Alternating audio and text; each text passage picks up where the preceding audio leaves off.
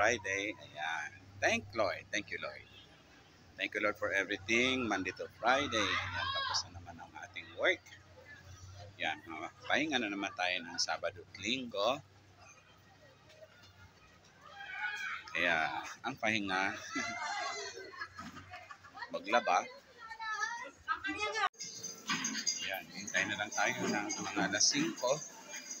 Pagkatapos ng alas 5, magsusundo na naman tayo sa ating mga anak sa school. Ayan. Panggabi kasi yung mga anak ko ngayon.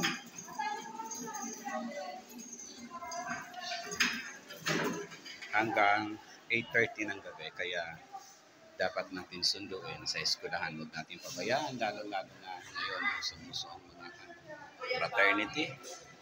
Ayaw ko po. Ayan. Kaya hanggat maaari sinusundo ko ang anak ko sa eskwelahan. Kahit anong oras yan, basta susunduin ko siya. Ito ako nagtatrabaho, guys. Ganda.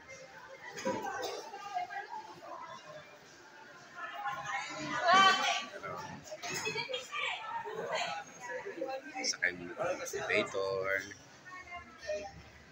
Ay. Yan ang ating elevator girl. Ay daw.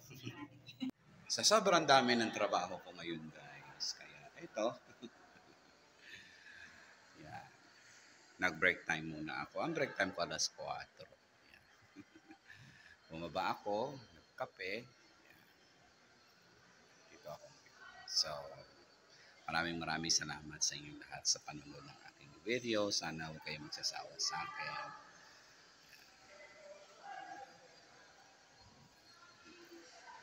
Dito ang aking opisina. Ito papuntang 4th floor.